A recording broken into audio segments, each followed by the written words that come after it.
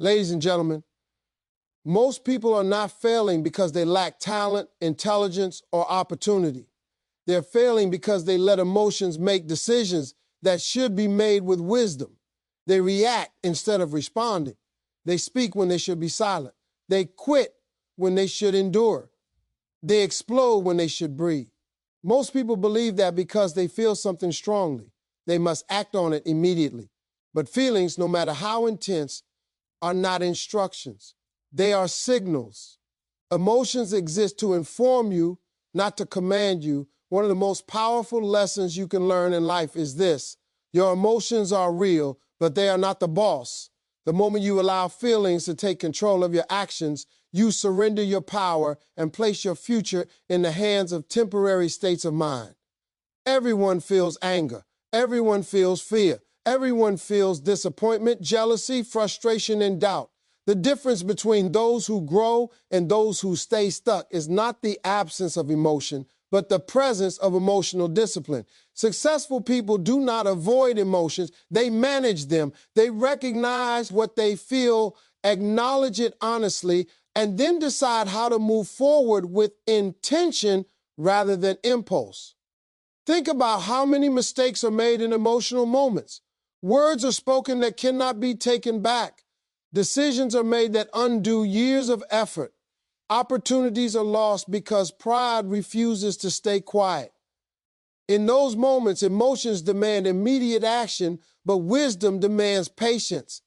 Emotional discipline is the ability to create space between feeling and action. That space is where maturity lives. That space is where progress begins. When emotions take over, logic steps aside. Anger convinces you that aggression is strength. Fear tells you that retreat is safety. Sadness whispers that giving up will bring relief. But emotions lie when they are unchecked. They exaggerate the moment and minimize the future. Emotional discipline allows you to zoom out, to see beyond the now, and to choose actions that serve your long-term vision instead of short-term comfort. You don't become emotionally disciplined overnight. It's a daily practice. It begins with awareness, catching yourself in the moment when emotions rise. It continues with restraint, choosing not to speak, text, quit, or react until clarity returns, and it grows through accountability, learning from moments when you let emotions win and committing to do better next time. Being emotionally disciplined does not mean you suppress how you feel. Suppression leads to resentment and burnout. Discipline means you give yourself permission to feel without allowing those feelings to control your behavior. You can feel angry and still be respectful. You can feel hurt and still choose peace. You can feel afraid and still move forward. Strength is not the absence of emotion. Strength is mastery over it. Life will challenge you in ways that test your emotional control. People will misunderstand you. Situations will feel unfair. Progress will be slower than you want. In those moments, your emotions will demand a reaction. But growth asks a different question. Who is in charge right now, your feelings or your purpose?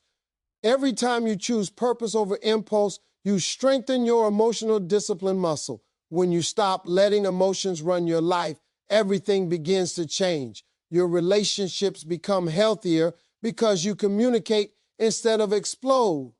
Your work improves because you stay focused instead of reactive. Your confidence grows because you trust yourself to handle pressure with maturity. Emotional discipline doesn't make life easier, but it makes you stronger.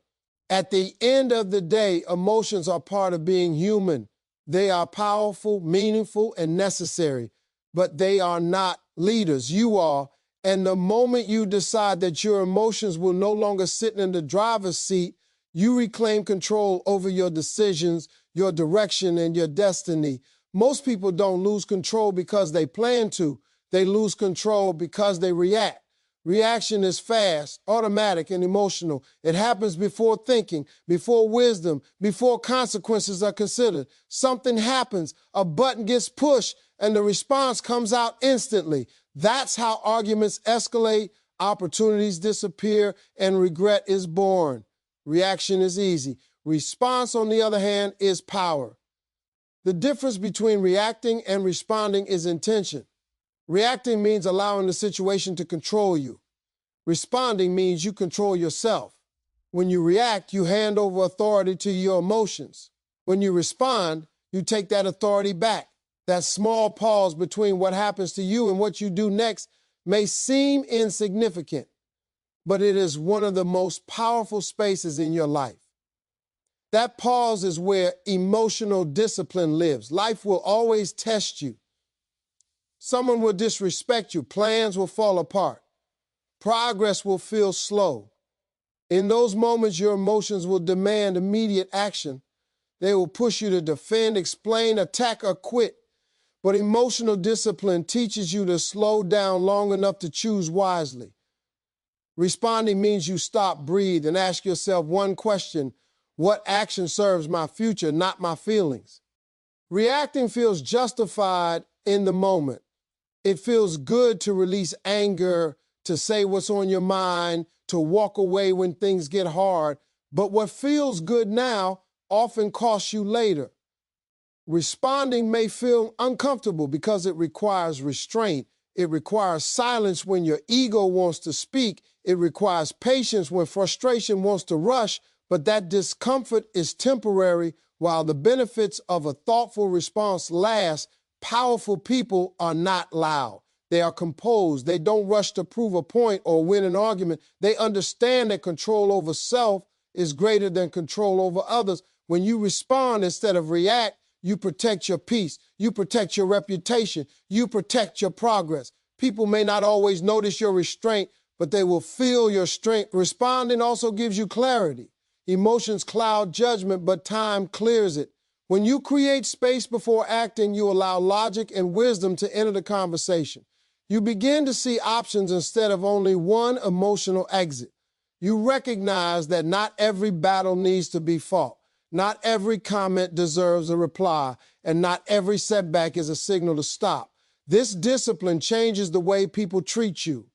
When others realize they can't provoke an emotional reaction, they lose power over you. When you stop reacting, manipulation fails, drama fades, respect grows, calmness becomes your advantage in a world addicted to chaos. Learning to respond is a skill built through practice. At first, the pause will feel uncomfortable. Silence will feel awkward. Holding back will feel like weakness. But with time, that pause becomes your strength. You begin to trust yourself under pressure. You realize that you don't have to prove anything in emotional moments. Your consistency speaks louder than any reaction ever could. Responding does not mean you ignore problems or accept mistreatment. It means you address situations with clarity instead of chaos. It means you choose the right time, the right tone, and the right action. Emotional discipline is not passive. It is strategic. Every time you respond instead of react, you are training your mind to lead your emotions rather than follow them. You are choosing growth over impulse, wisdom over ego, and purpose over momentary relief. Over time, this discipline reshapes your character and strengthens your future. Most people don't realize how expensive a single emotional moment can be until it's already passed. In the heat of emotion, consequences feel distant and unimportant. Anger demands release. Frustration demands escape. Pride demands to be defended. And in that moment, logic takes a back seat. But once the emotion fades, reality shows up and asks for payment. One emotional moment can cost you years of hard work, trust, and progress. Think about how many lives have been altered by one sentence spoken in anger, one message sent without thinking, one decision made out of fear or pride. Careers have ended, relationships have been destroyed, and opportunities have vanished because someone acted on emotion instead of discipline.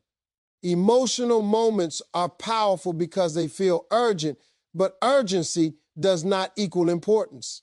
Emotional discipline is what protects you from making permanent decisions based on temporary feelings. The danger of emotional decisions is that they often feel justified. When emotions are high, your mind creates reasons to support your reaction. Anger convinces you that you're standing up for yourself. Fear convinces you that quitting is self-protection. Pride convinces you that apologizing is weakness.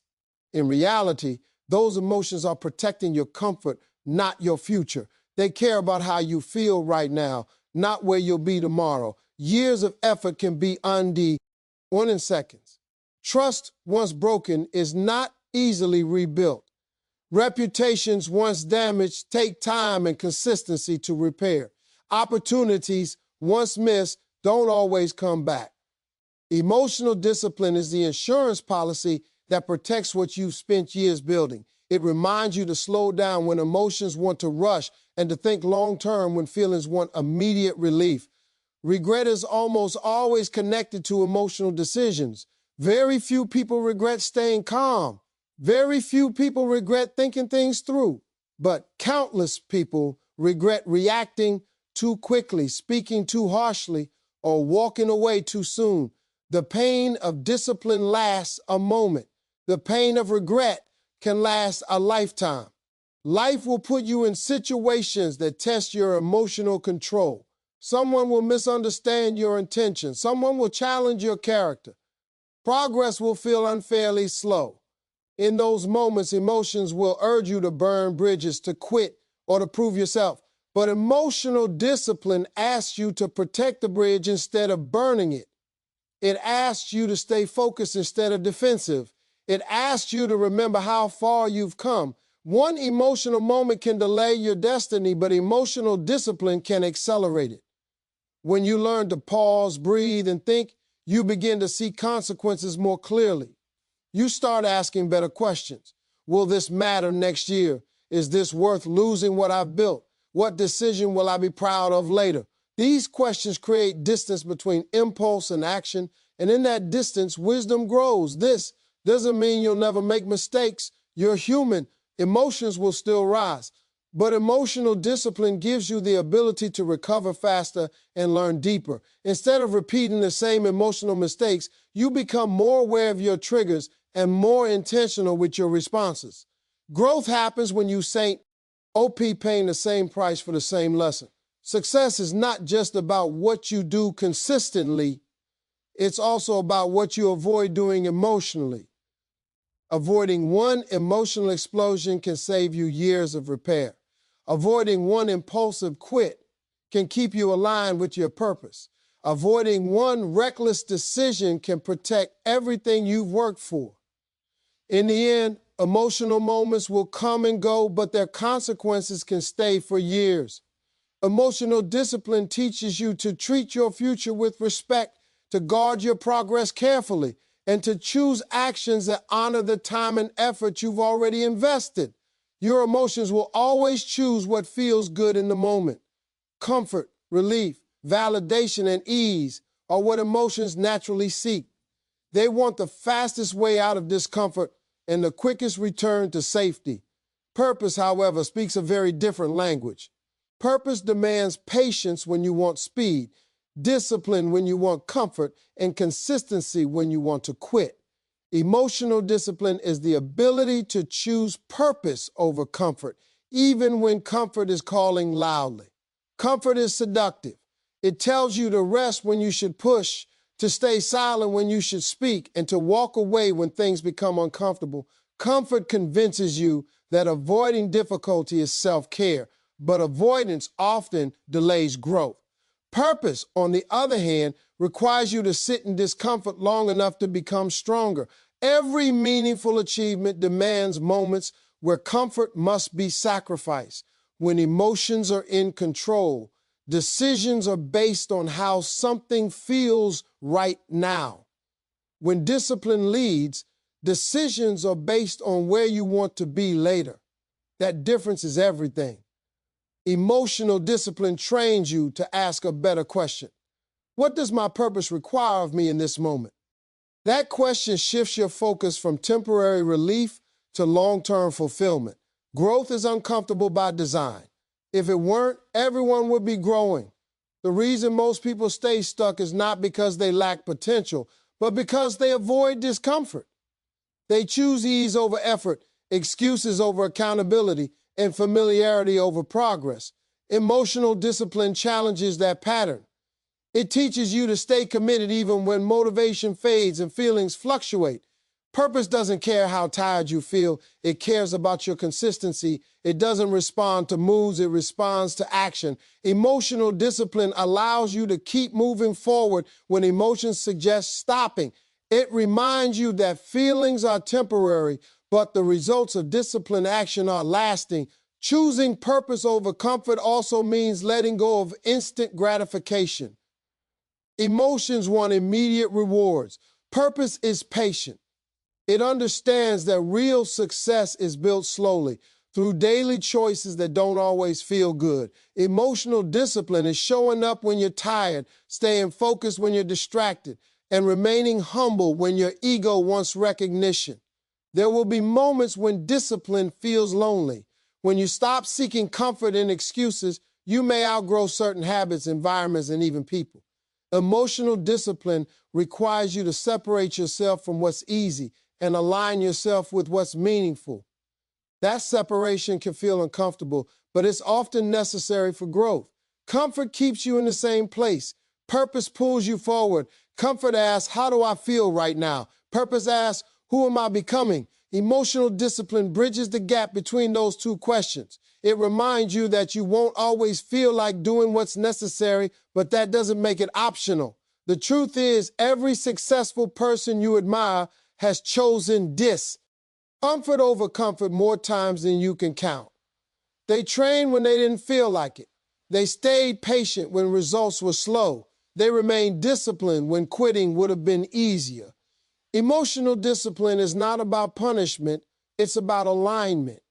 It aligns your actions with your values and your habits with your goals. When you choose purpose over comfort, you begin to trust yourself more. You prove to yourself that you can do hard things, that you don't need perfect conditions or perfect emotions to move forward. That trust builds confidence, and confidence fuels momentum. In the end, comfort feels good for a moment, but purpose feels good for a lifetime. Emotional discipline is the decision to trade short-term ease for long-term fulfillment. And once you make that trade consistently, your life begins to change in ways comfort never could. Many people believe that calmness is a personality trait. You either have it or you don't. They assume some people are just naturally patient, unshakable, and emotionally steady, while others are simply hot-tempered or too sensitive. But calm is not something you're born with. Calm is something you build. It is a skill developed through awareness, practice, and emotional discipline. And like any skill, it improves the more you train it. When chaos shows up, the untrained mind reacts. It panics, rushes, and magnifies the problem. The trained mind slows down. It observes before acting. Calm does not mean you don't feel pressure. It means pressure doesn't control you. Emotional discipline teaches you how to remain centered when situations try to pull you off balance. Calmness begins with understanding your triggers. Everyone has emotional triggers, specific words, behaviors, or situations that spark strong reactions. Without awareness, those triggers control you. With awareness, you regain choice. When you know what sets you off, you can prepare for it instead of being surprised by it. Preparation is a powerful form of calm. Breathing is one of the simplest yet most effective tools for training calm. In stressful moments, shallow breathing signals danger to the body, intensifying emotional reactions. Slow, intentional breathing sends a different message. It tells your nervous system that you are safe. That small shift creates space between stimulus and response. Calm lives in that space. Calm is also built through repetition. The first time you choose not to react, it feels unnatural. Silence feels uncomfortable. Restraint feels weak. But each time you practice emotional control, you strengthen it. Over time, what once felt difficult becomes natural. Calm becomes your default, not your exception. Emotionally disciplined people understand that calm is strategic. It allows clearer thinking, better communication, and smarter decisions. When others panic, the calm person sees options. When others argue, the calm person listens. When others rush, The calm person waits. This is not passivity, it is precision. Calm also changes how others respond to you. When you remain composed, people are more likely to listen.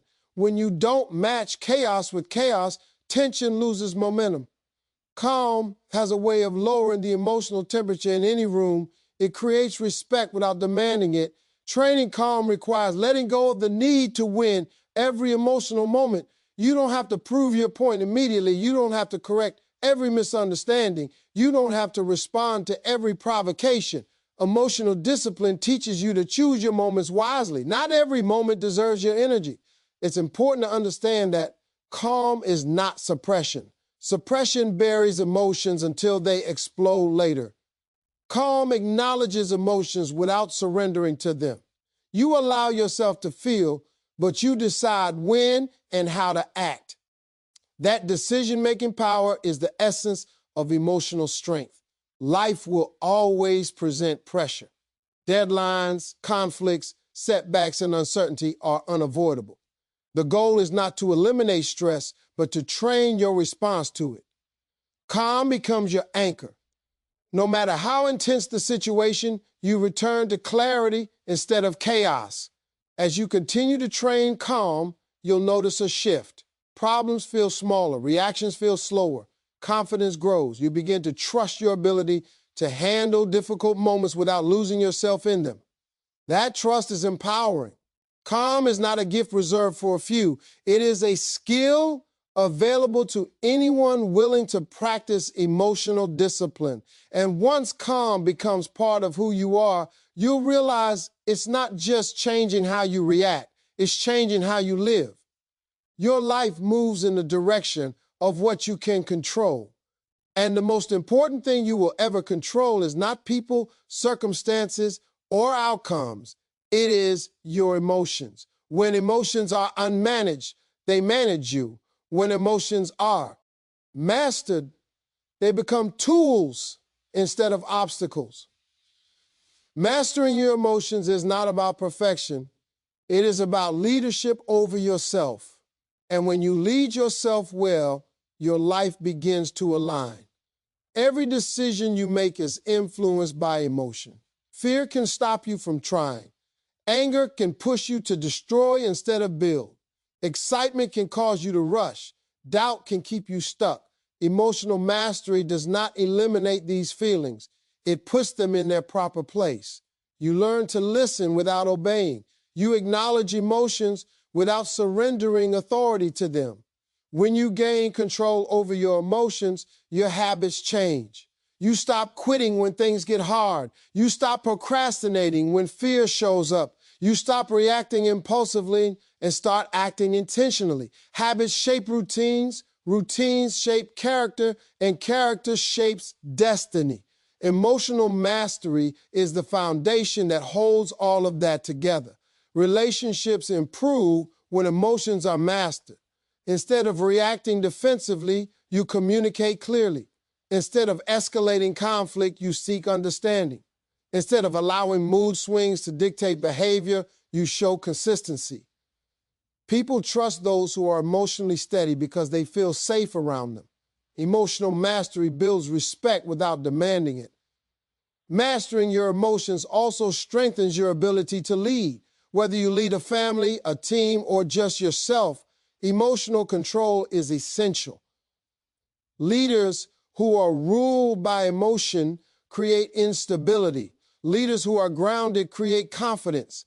When pressure rises, emotionally disciplined people become anchors rather than amplifiers of chaos. Self-mastery requires honesty. You must be willing to admit where emotions have cost you in the past. You must recognize patterns when you shut down, when you explode, when you avoid. Awareness is the first step toward change. Without awareness, you repeat cycles. With awareness, you create options.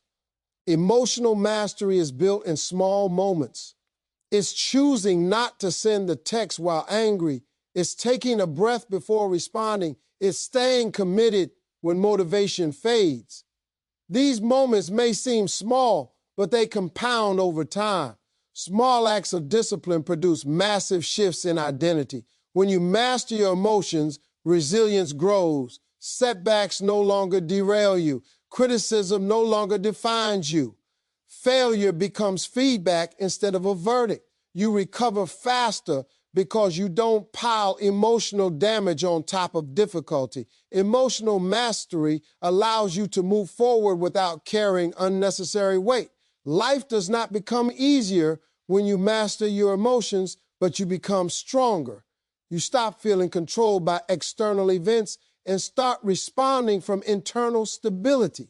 That stability gives you confidence, not the loud kind, but the quiet kind that comes from self-trust. Success is not just about talent or opportunity. It's about emotional regulation. Many capable people never reach their potential because emotions sabotage consistency. Emotional mastery removes that sabotage. It aligns your actions with your goals even when feelings fluctuate. In the end, mastering your emotions is mastering your life. You don't wait for perfect conditions or perfect moods. You act with intention, clarity, and discipline. You stop being a victim of how you feel and become the architect of how you live. And when you reach that level of self-mastery, success is no longer accidental. It becomes inevitable.